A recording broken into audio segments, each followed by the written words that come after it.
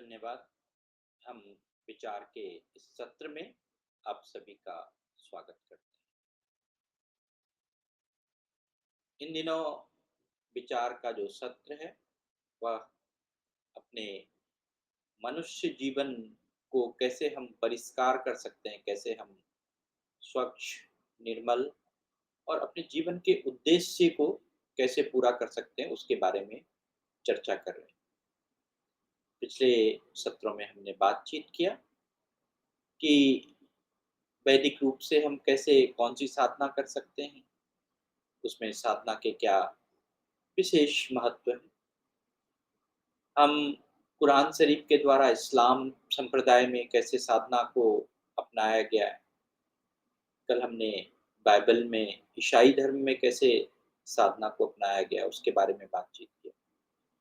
आज हम गुरु ग्रंथ साहिब के कुछ बातों की चर्चा करेंगे, जो मुझे कभी-कभी बहुत ही आकर्षित करती है और उनके जो साधना के जो मार्ग हैं, वो बहुत ही अत्यंत सुंदर और सरल है। मैं कहूँ कि गुरु ग्रंथ साहिब में बहुत ही सुंदर, सरल और आत्मिक वर्णन किया गया है साधना के बारे में, स्पिरिचुअल प्रैक्टिस के बारे में। यहाँ साधना केवल कोई क्रिया नहीं है, बल्कि जीवन का मार्ग है, प्रभु से मिलने की एक यात्रा है और अहंकार से मुक्त होकर प्रेममय जीवन जीने की एक प्रक्रिया है। गुरुवाणी में साधना को आत्मिक उन्नति का नाम दिया गया है। आप आत्मा की उन्नति कर सकते हैं। नाम सुमिरन, सेवा, कीर्तन एक सहज अवस्था के माध्यम से हम उस साधना को अपना सकते हैं, जिससे कि हम अपने जीवन का मनुष्यत्व को प्राप्त कर सकते हैं। गुरु ग्रंथ साहिब में साधना के बहुत ही स्वरूप हैं, लेकिन मैं कुछ प्रमुख स्वरूप के बारे में आपको यहाँ पर बताना चाहूँगा। सबसे जो अच्छा और एक बहुत ही गूढ़ साधना का जो स्वरूप है, वो है नाम सुमिरन, ईश्वर के नाम का जप। सिमिर गोविंद नामो मति पावै, बड़ा अच्छा लिखा है। ईश्वर के नाम का स्मरण करो तभी सच्ची बुद्धि की प्राप्ति होगी।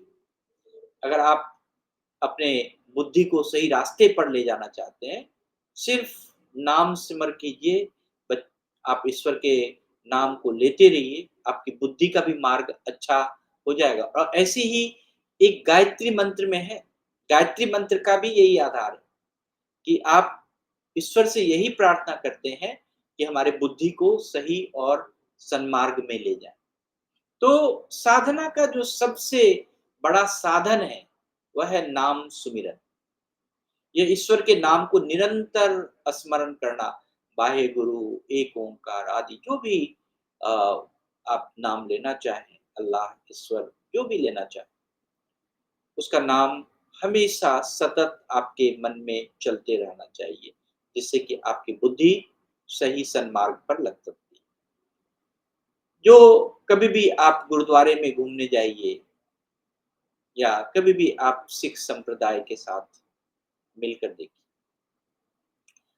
आपको एक बहुत बड़ी सीख मिलेगी, वह है सेवा की, सेल्फलेस सर्विसेज के बारे में। सेवा करत होई निहकामी, जिसको होत परापति स्वामी। निस्वार्थ सेवा से प्रभु की प्राप्ति, सिर्फ सेवा भाव से। और गुरुवाणी में सेवा को आत्मिक मार्ग की अनिवार्य साधना कहा गया है। ये तो साधना करनी ही करनी है, बिना किसी स्वार्थ के। सच्ची भक्ति, सच्ची सेवा, सच्ची सेवा ही सच्ची भक्ति है। अगर हम उस मनुष्यत्व को पाना चाहते हैं, जहाँ पर हमें लगे कि हमारी भक्ति जो है ईश्वर तक पहुँच पाए, तो वह भक्ति को पहुँचाने का मार्ग भी है सेवा। और एक बड़ा अच्छा, जब भी आप शब्द कीर्तन सुनेंगे, तो आपको बड़ा ही बार-बार यह चीज़ आएगा, संत संग और सत्संग, कंपनी ऑफ द होली। आप नानक संगी, साध संगी नानकु हरि धियावे। संतों की जो संगति में ईश्वर का ध्यान टिकता है। बड़ा आप देखेंगे कि जब भी आप ऐसे माहौल में जाते हैं, तो गुरबानी चलती रहती है, सत्संग चलते रहते हैं, अच्छे विचार चलते रहते हैं। तो सच्ची साधना के लिए संगति बहुत आवश्यक है।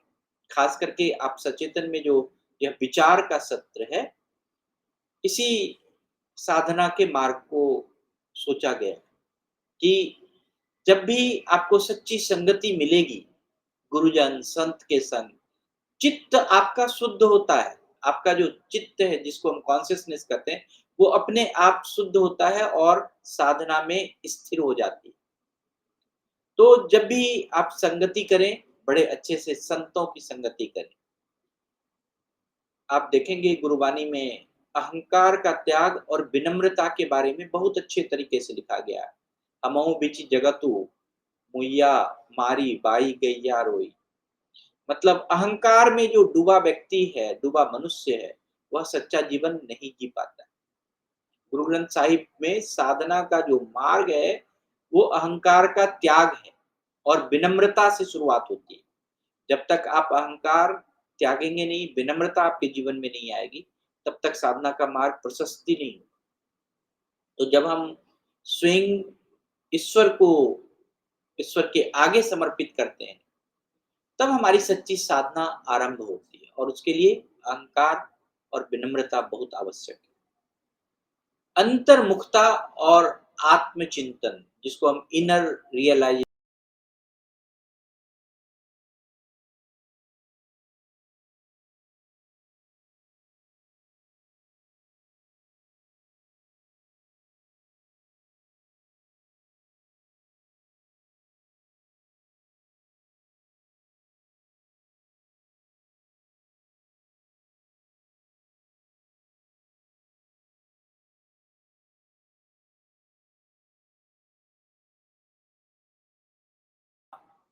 आत्मा ईश्वर से मिलती है। तो वो भीतर की जो यात्रा है, अंतर्मुख और आत्मचिंतन है, वो साधना का सबसे अच्छा मार्ग। और हर संप्रदाय में आप देखे होंगे कि गुरु का बहुत महत्व है। साधना में, मनुष्यत्व में, अपने मनुष्य जीवन को परिष्कार करना है, जिस जीवन के लिए आप आए हैं, उसमें एक गुरु का होना बहुत आवश्यक है। और गुरु की कृपा से ही साधना सिद्ध होती है। आप देखेंगे बिनु सतगुरु सेवा भगति न होई। सच्चे गुरु की सेवा के बिना भक्ति सिद्ध नहीं होती है। तो गुरु की कृपा और मार्गदर्शन के बिना साधना अधूरी है। गुरु को गुरु ही जो है वो साधक को प्रभु तक पहुंचाने का एक सेतु है, एक मार्ग है। तो अगर आज हम इस पूरे विचार के सार को देखें, गुरुवाणी में साधना के जो स्वरूप हैं, गुरु ग्रंथ साहिब में जो उसका अर्थ है, नाम सुमिरन मतलब ईश्वर में एकता का अनुभव करना। नाम सुमरते सुमरते आप वह ईश्वर के रूप में ढल जाते हैं। सेवा, जिसमें निस्वार्थ कर्म और प्रेम की जो है बड़ी पराकाष्ठा आपको देख सकते हो। सत्संग, आध्यात्मिक वातावरण होना, मार्गदर्शन होना, वही सत्संग है। विनम्रता, विनम्रता आपके अहंकार का विसर्जन है। जब तक आप अपने अहंकार को विसर्जित नहीं करेंगे, तब तक विनम्रता आ ही नहीं सकती। ध्यान, भीतर की आत्मा से संवाद होना और गुरु की शरण, साधना की सिद्धि का जो है एक आधार माना गया। तो नानक नाम चढ़दी कला, तेरे भाणे सर्वत्र का भला, सर्वते भला। मतलब हे नानक, प्रभु का नाम ही आत्मा को ऊंचाई देता है और उसकी इच्छा से ही सबका कल्याण होता है। तो आप मनुष्यत्व में, मनुष्य जीवन में अगर आप अपना कल्याण चाहते हैं, आप अपने आप का जीवन बड़ा ही आदर्श और सहज होना चाहते हैं। कल्याण का अर्थ ये है कि जब हम अपने आप को एक ऐसी स्थिति में महसूस करें जहाँ पर हमें सहजता अनुभव हो, साधारणता अनुभव हो। तो वही उसके लिए ही आपको साधना करनी पड़े और बिना साधना का मनुष्यत्व हम नहीं प्राप्त कर सकते। तो जो-जो संप्रदाय जिस व्यक्ति का जो भी सोच है, जिसको जिस तरह से मानना है, सबका रास्ता एक ही होता है।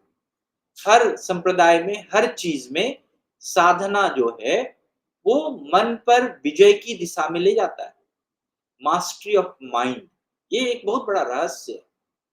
आप जब साधना करेंगे, तो आप अपने माइंड का मास्टर हो जाएँगे और एक आत्म खोज में एक नया अध्याय आपको जुड़ जाएगा। उस गहराई के पथ का अध्याय जुड़ जाएगा कि सिर्फ़ साधना जो है किसी धार्मिक कर्म कांड नहीं है, बट यह एक पवित्र अनुशासन है, सेक्रेड डिसिप्लिन, जिसमें कि हमारा शरीर, श्वास, मन तीनों एक ही ध्येय में एकत्रित होता है और जहाँ पर हम लोग बात करते हैं कि अहम ब्रह्मास्मि, मैं ब्रह्म हूँ, मैं दिव्य हूँ।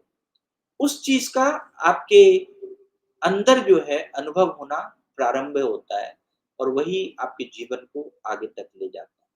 हम मास्टरी ऑफ माइंड के बारे में बात करेंगे कि मन पर विजय की जो दिशा है साधना में, वह उसमें हमें क्या-क्या करना चाहिए? कैसे हम अपने मन पर विजय पा सकते हैं?